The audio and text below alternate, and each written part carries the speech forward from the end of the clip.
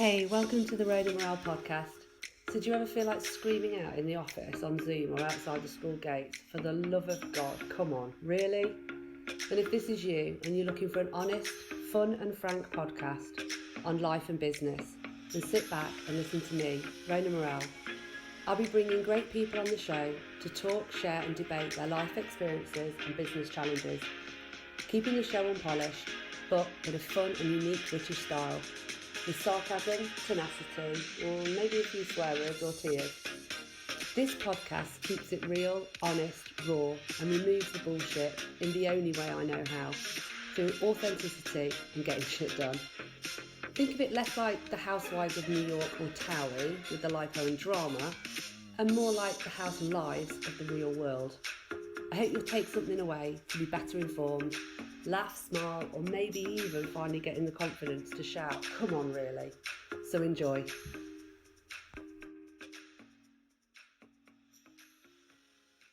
Hey Dean, how are you today? Welcome to the Rhona Morrell Podcast.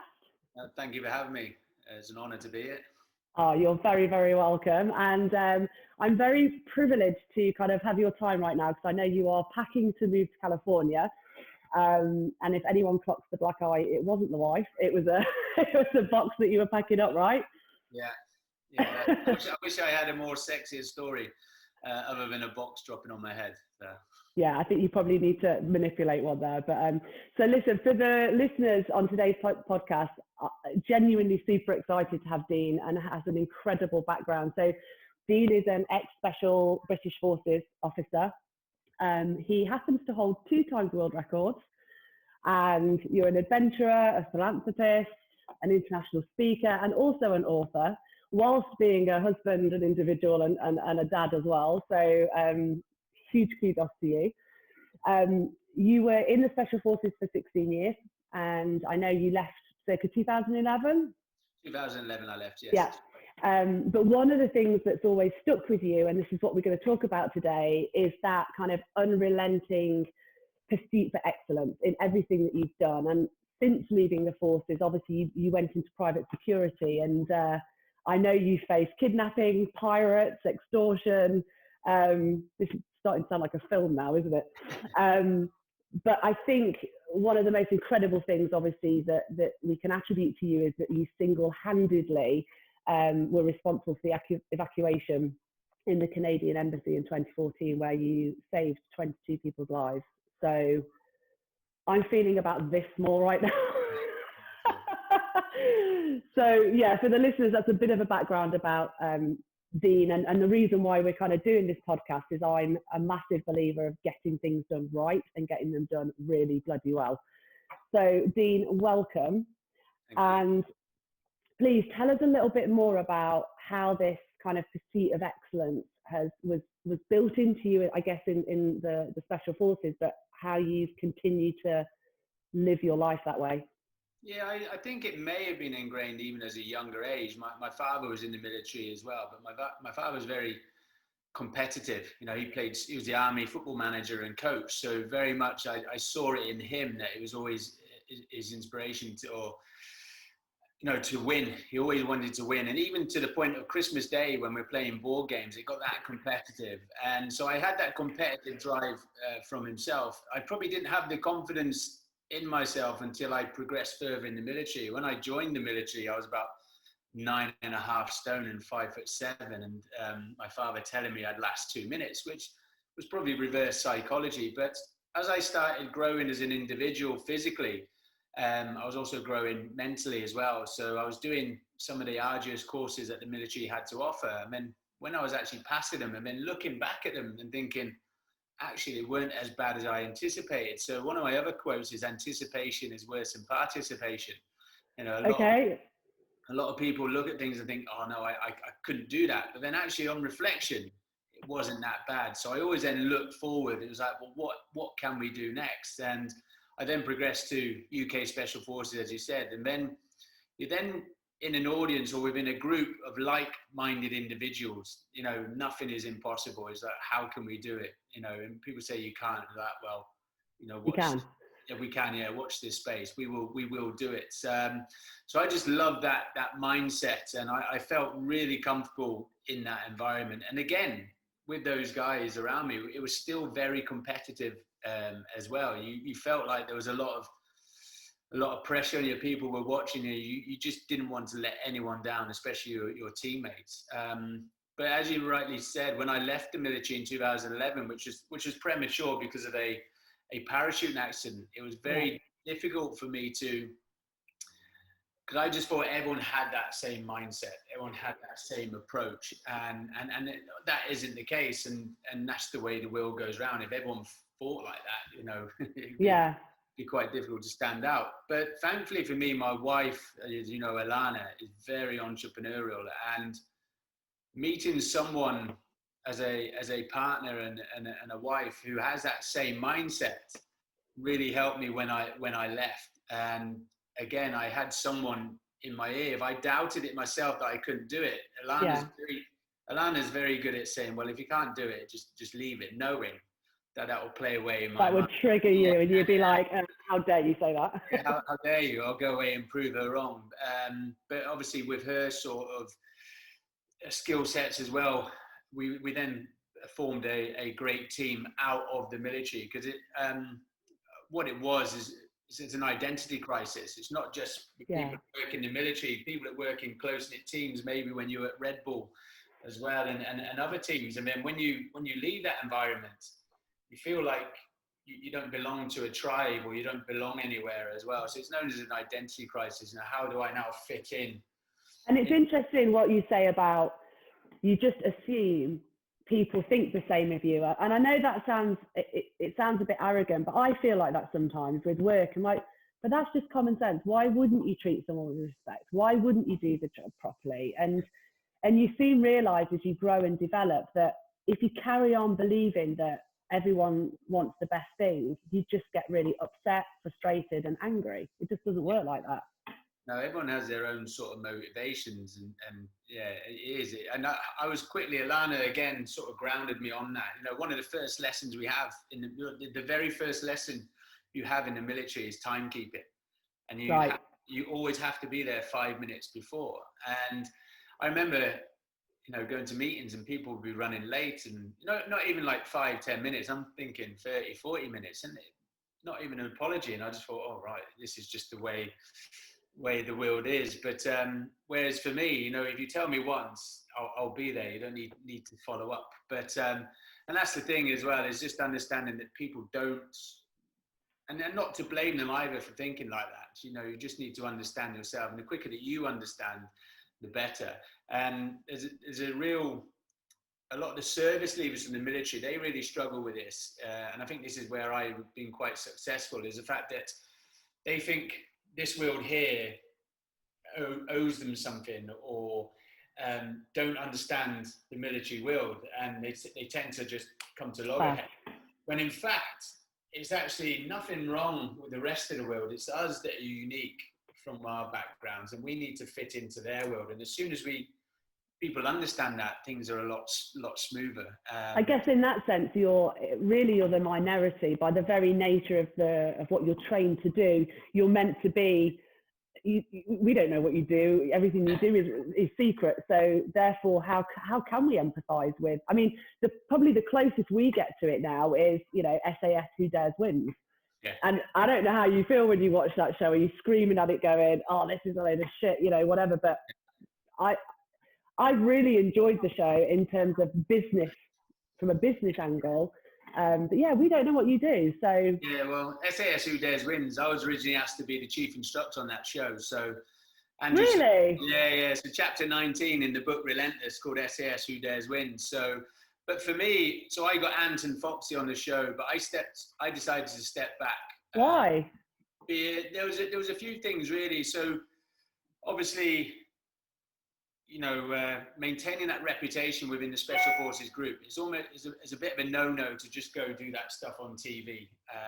You can be persona non gratis from the group, whereas for me, it was all about maintaining that reputation and respect. But for Ant and Foxy, Ant had just come out of jail, so he had no work. Foxy had post-traumatic stress, so he couldn't work in the security industry. So for them, it was the only option that was available to them, and rightly so, they went away and did it. But for me, with my relationships with the likes of the Duke of Sussex, with evacuating people across borders, it doesn't work if you're all over Channel 4 screaming and shouting at people. I get that. So to continue with what I was doing, I had to obviously remain in the shadows. And let's be honest, as handsome as you are, I think many women are very grateful that Ant made it to our TV screens. Yeah. Aesthetically looks good. He probably lacks a bit of knowledge, but he's pleasing on the eye. Definitely, we'll take that. So yeah, let's come back to kind of this, pursuit of excellence, and it's actually interesting in terms of, I guess, with what you just explained of why you stepped away and came back. That was around doing what you do brilliantly. Yeah, and that's it. I couldn't do what I was doing if I was all over the TV. And the Special Forces community is a very small community. We do a lot. We still, even when we're out, there's a lot that goes on which the people aren't aware of. And I would have just blocked off one of my channels, really. But thankfully for me, I've managed to find the balance just right in the fact that you are in the public eye. People do know you're Special Forces, but you're not upsetting the group. And I think that's where the philanthropy angle comes into it as well, is that whatever I do for media, like the bike ride or whatever, is to promote or raise awareness of a charity or a cause. And obviously the bike ride was mental health. So, the feedback from the military disclosures, keep doing what you're doing, because you are putting the military in a good light. And it's good to see that, there's different types of individuals in the military. The Who Dares Wins show is, I've never watched it, but I hear it's just people screaming and shouting at students. But I understand, having worked in the world of media, there's a fine line between authenticity and entertainment, and it very much goes on the balance to entertainment. Because actually, if you did film the real selection, it'd be quite boring. So I do get it, and that's why I sympathise with the lads as well. They've probably been steered down that way, and to have that. And I suppose living in such a private, close world, when you're then represented in a way that really doesn't live and breathe what you do, and the scale of enormity of what you guys have to deal with, probably feels like a bit of a kick in the teeth, I guess. Yeah, probably. And the media, it gives you the wrong perception. I remember when I joined the military in '95 and we watched Full Metal Jacket, and everyone was like, "Oh, you're going to be eating bully beef, and you're going to be screamed and shouted at." And yes, there's an element of that, but it's not like that at all. And it's actually a great environment, and you learn so many skill sets that you pick up from the military when you're leaving. And when people are transitioning and leaving, a lot of them, I don't have a degree. A lot of them don't have degrees, but I've sat there and I've delivered a set of orders in front of hundreds of people. I had to make decisions. It's a life and death at that moment. Whereas now, with the world of social media and mobile phones, people are really struggling to present in front of an audience.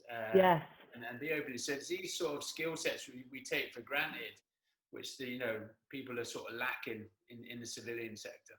And I think it's recognizing that the unique skills that you do have, and being open, and as you said, having Alana who's very entrepreneurial, but being able to bounce those ideas off someone to say, you may think you've only got this and it's not applicable, but wow, have you thought about all of these different options that are open to you? And I guess you've done that through writing, speaking. I mean, what made you go? Because correct me if I'm wrong, but when you did the world record with the bike, you smashed the world record by 7 days. 17 days, yes. 17 days. 17 days, yes. Yeah, I did, yeah. So, how?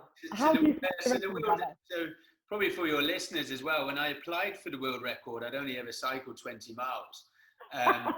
So I just returned home from evacuating the Canadian embassy, and normally what I would do is I would and wash and iron my clothes. I call it recocking. So I just recock. Bag would be there ready for the next phone call, because I would be then called to go anywhere in the world. And it was a great lifestyle. I enjoyed it because it was what was almost mirroring the military.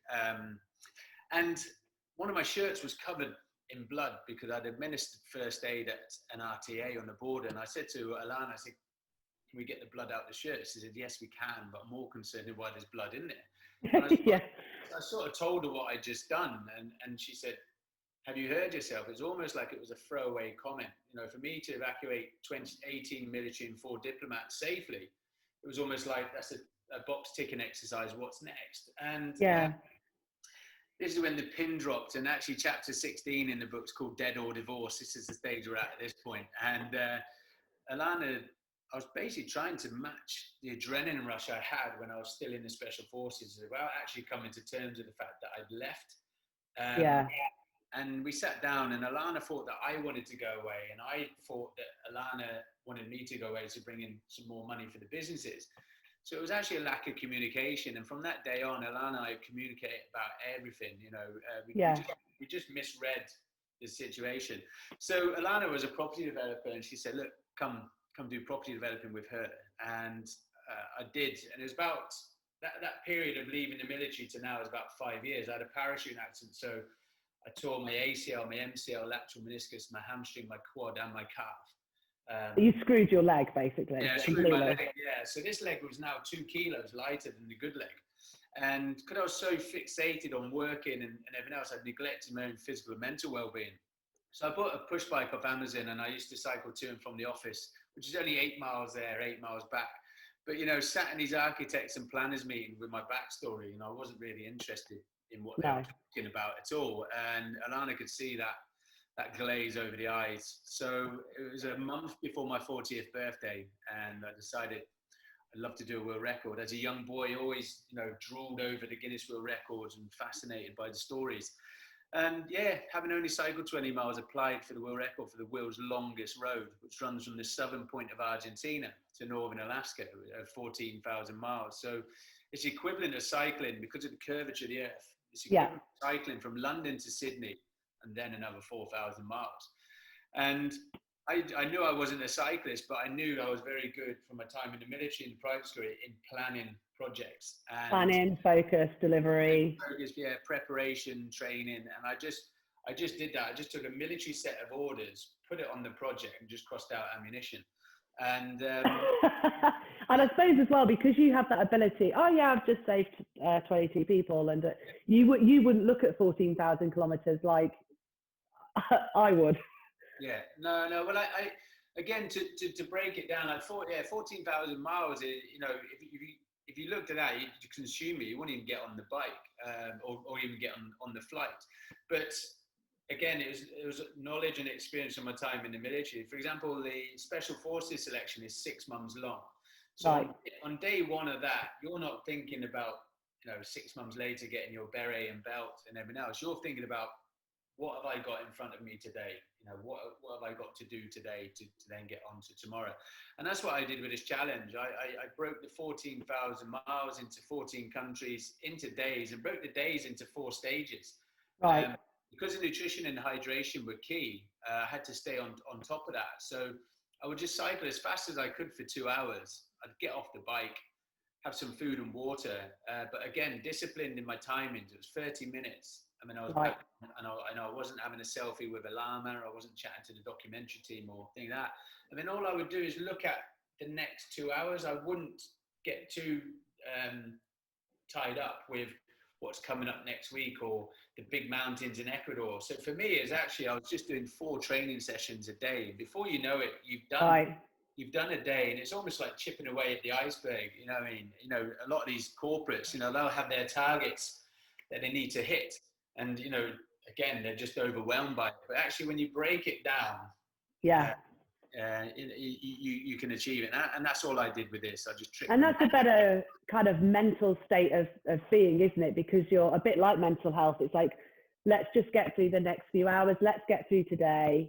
And and you feel that achievement at the end of the 2 hours instead of not giving yourself that break and celebrating all of those little wins throughout the journey. Yeah, that's it. And also at the end of the day, I made sure I was where I was supposed to be, what the objective I've set, or even further. Because I think I see other people doing challenges and they're like, I'm 10 miles behind today, but I'll catch that up tomorrow. You don't know what's going to happen the next day. You could have another bad day and be now 20 to 30 miles behind. And that plays with your head. Yeah. You're behind when you wake up. So for me, I always stayed on the bike to ensure I'd hit the target. So, some of the audience in business, maybe just stay in the office, those extra 2 or 3 calls, hit your objectives, because then you're in a better headspace coming into the next day. Yeah, and I think that's quite an interesting concept in itself, because I think where a lot of people end up being is just never getting to that point where they've achieved anything. So they're working super late, they're doing emails at night, they're getting up early, they're working on a weekend, and that's not excellence, that's not planning. And so I think many of the listeners can take that away and being realistic about what you set yourself, be it stretching. I remember once I joined a company and my sales target was 3-digit growth, and they've been in decline for 7 years. And you kind of go, you have fundamentally set me up to fail, because it doesn't matter what I do, I can't get to that point. That's and so going the other way is too far. True. And when you talk about the planning is good. You can have the best plan in the world, but sometimes it doesn't go to plan. And I think that was, I sort of contradict myself sometimes. I say, it's a great endurance feat, but the planning and preparation was crucial. But actually, it was what was happening on the ground and being reactive to the changes on the ground, which was the success of this. So, for example, I took 10 days off the South America world record. I was going well ahead. So the world record, as you mentioned, was 117 days. I was always aiming for 110. It wasn't because I wanted to smash it by a week. When I'd done my planning and put pen to paper, I looked at all the potential scenarios that we could come across, and then looked at alternative options that we had. But there's things that are out of your control, be it natural disasters, coups, third-party influence. That it wasn't. If we came across that, it wasn't eating into my record time. It was eating into that, as I call it, fudge. So I always had a 110 days target. But I got to North America on day 70, and I was 14 days ahead. I was like, perfect. I can take a day's rest here or there if need be.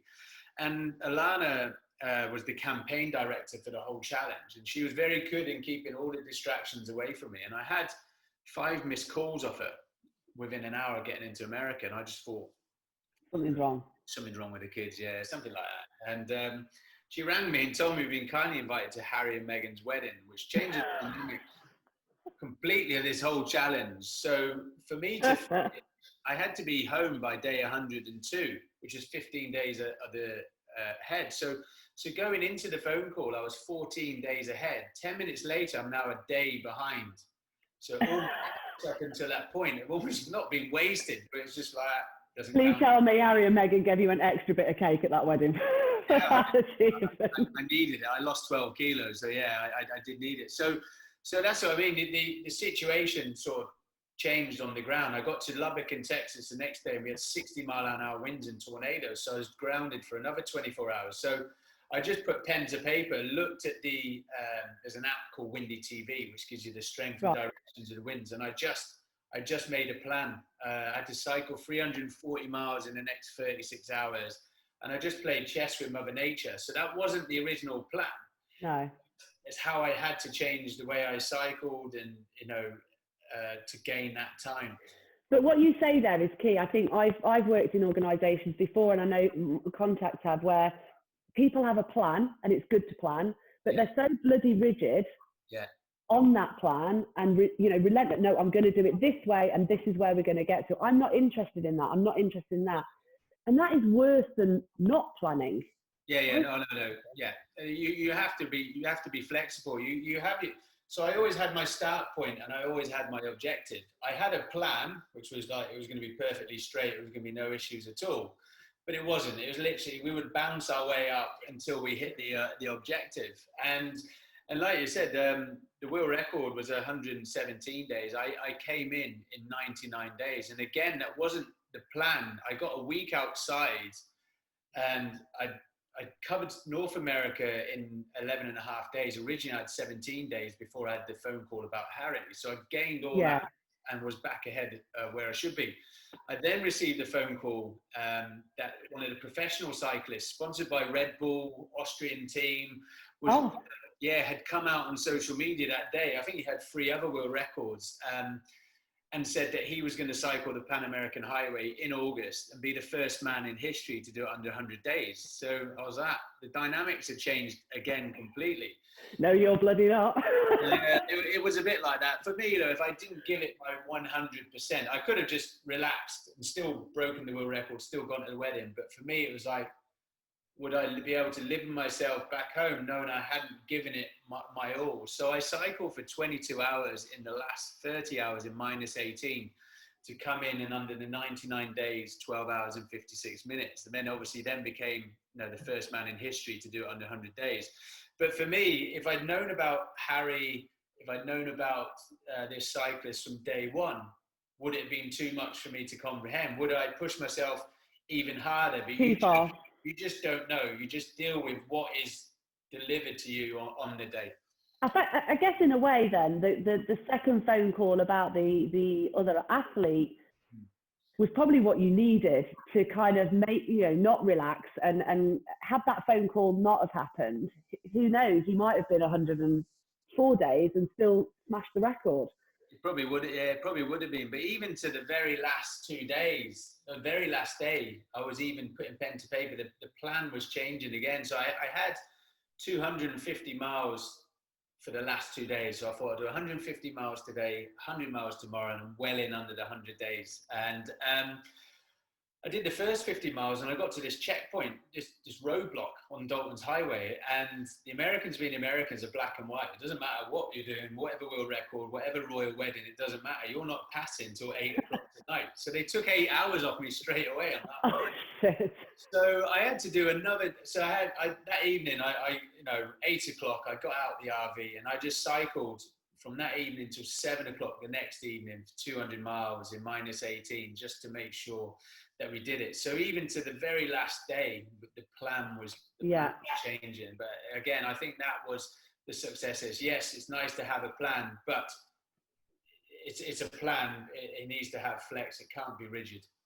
Yeah, because nothing in life, business, challenges, whatever, something always happens. And, you spoke earlier about having that fudge time. And as someone who does a lot of project management, you put in time and you always put in budget, but the amount of times you get pushed back on that goes, no, I don't want any extra time in. I don't want any extra budget in. And you're like, but you're damn foolish if you think this is going to happen without something going wrong or some sort of delay or some cost increase, And so, I think that ability to be agile, I guess you learned as a skill set as well in the Special Forces, because you're doing things that you've got no idea how the situation is going to change in very quick. No, and true.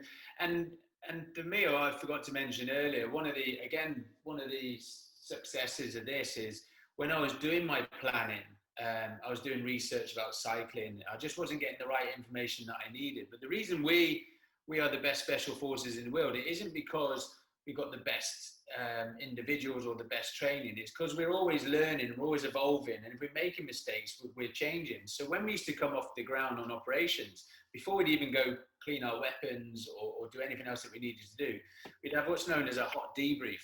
And the first 3 questions were what worked, what didn't work, and if you were going to do it again, what would you do differently?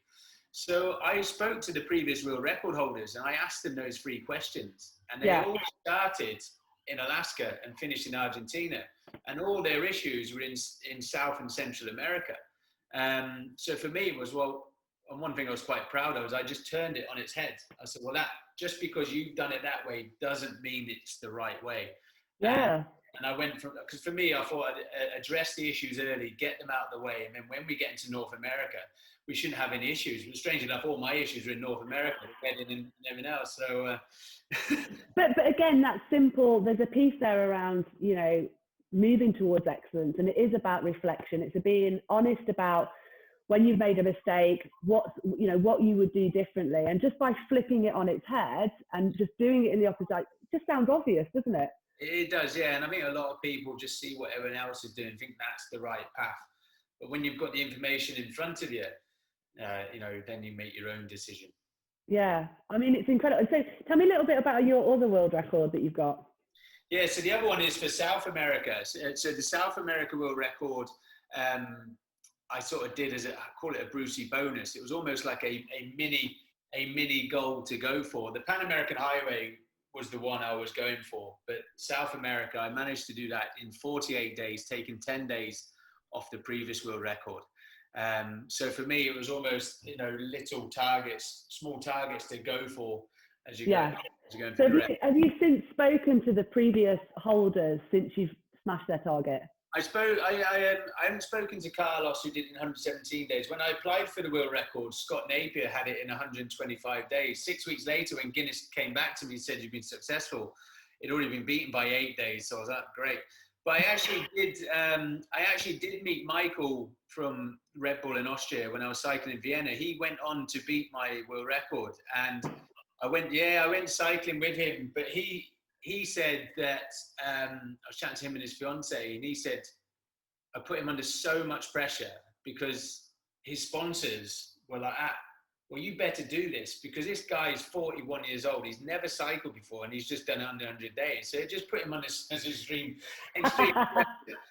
But as he said, I stole his legacy. I think 3 other cyclists have now done it under 100 days, but he said, you were the first man in history to do it.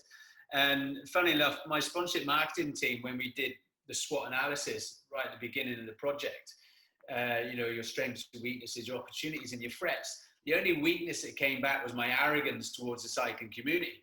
And no one ever said that in the cycling community. It was almost like, well, how does this guy think he's going to cycle the world's longest road? Because I don't look like a cyclist. I look like a rugby player. Yeah. But I just took that as a strength. And thankfully for me, no one's ever said that. But I could imagine how it could be perceived by these experts who do this day in, day out and plan these projects.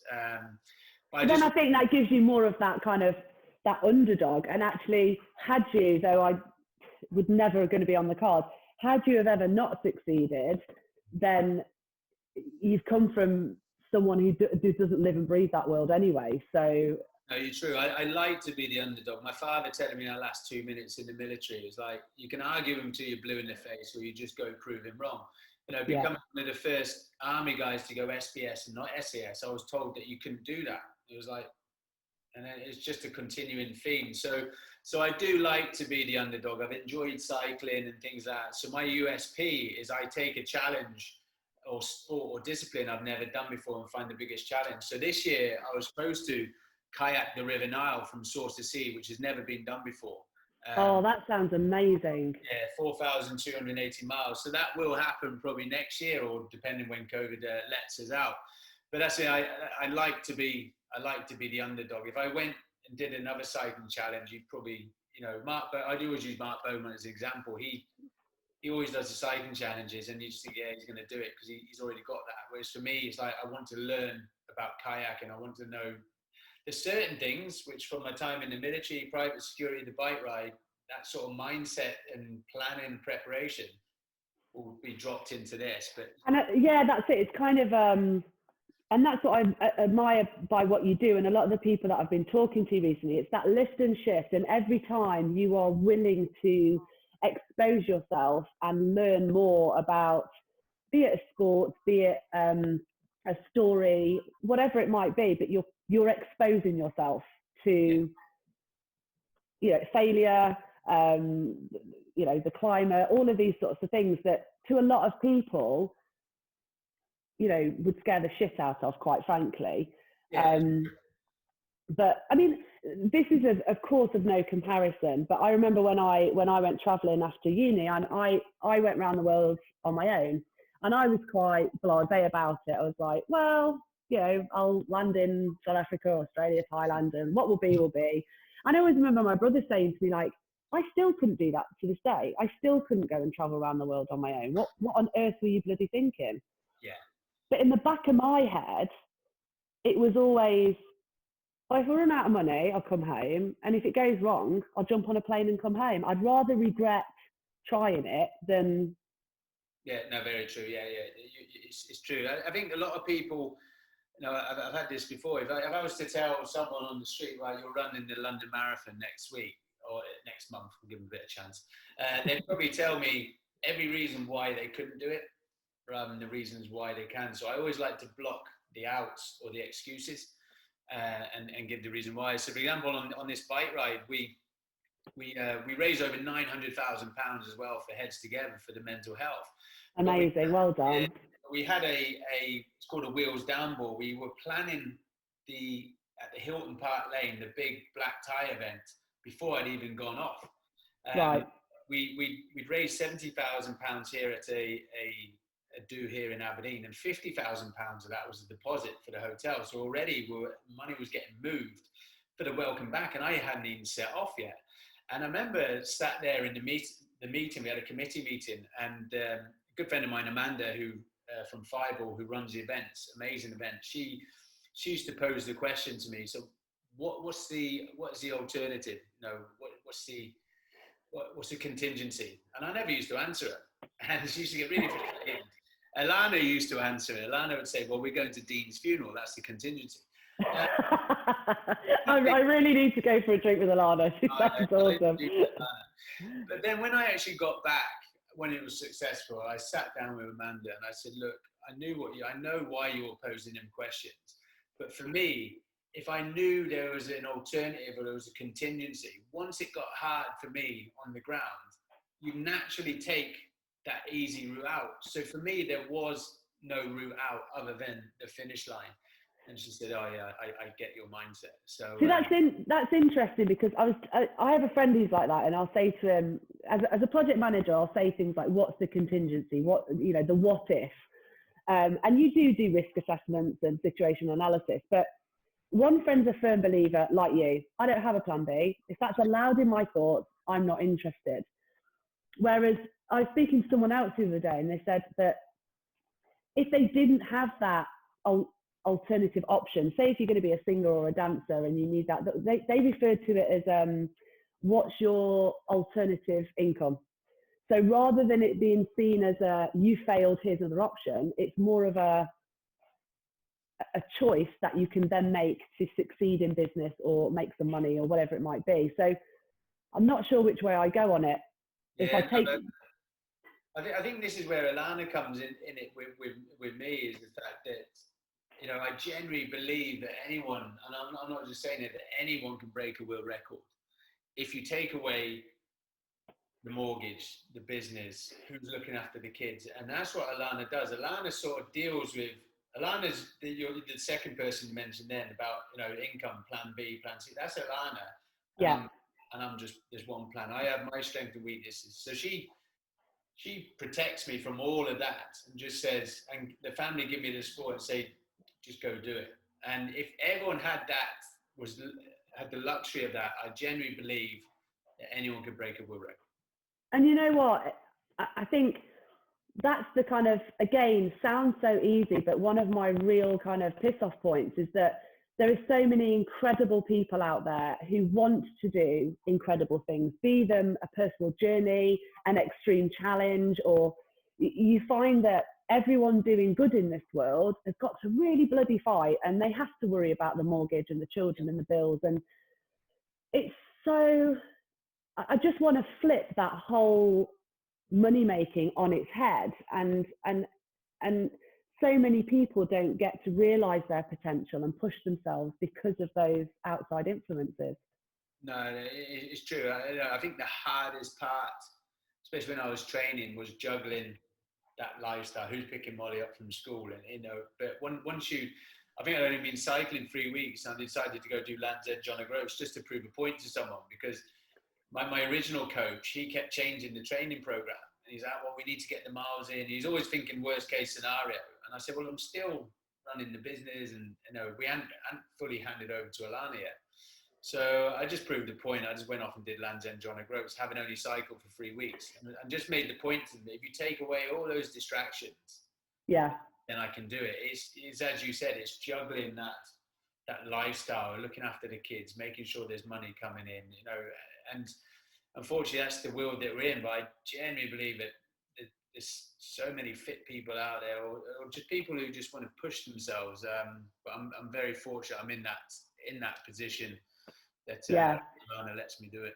And I think what that really boils down to is having a great team around you, be that in the professional sense or personal sense, that everyone takes up what they are great at, and allows that either team, individual or business to really, because what you've really spoken about is that relentless focus on where you're trying to go, and having that trust in the people around you to allow you to do that, because frankly, without all of that, you are screwed. You can't do it.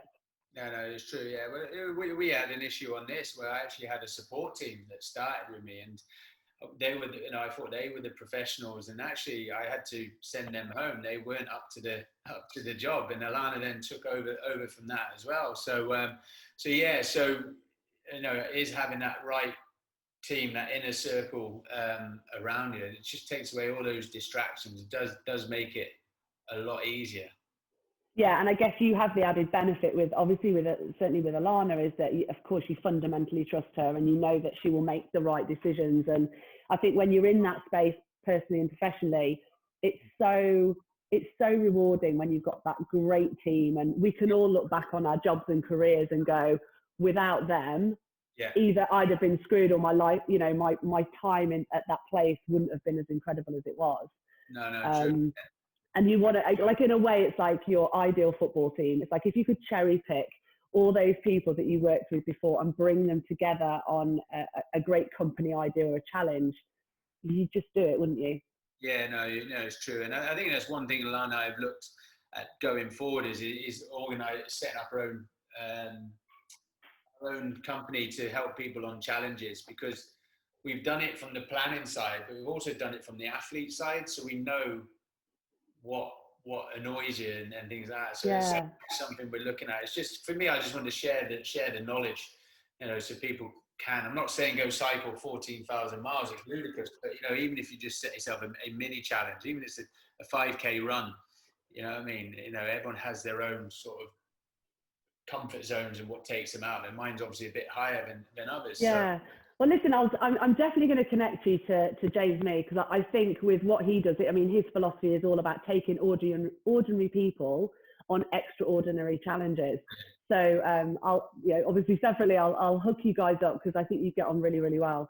Well, listen, honestly, I could talk to you all day, and there's so many things I'd love to probe and question. A lot of it, obviously, I can't because of your background. But I just wanted to say a massive thank you. I know you're moving to California literally next week, and so you're in the middle of packing up. So thank you so much. Thank you for having me. Oh, you're very welcome. It's been an absolute breath of fresh air, and I wish the family well in California, and hopefully we'll keep in touch. Yeah, the door's always open for you there as well. Oh, thank you so much, Dean. All right, take care. Thank you. So that's it. You've made it. The show's over. Thank you for being with us. I hope you've been able to take something away, maybe solve a problem, or just know you're not alone. Here's hoping it made you smile with a few laughs along the way. Please feel free to find me on all social media channels, and you can subscribe to my YouTube channel. Just search the Rhona Morrell Podcast. Have an awesome day, and see you next time.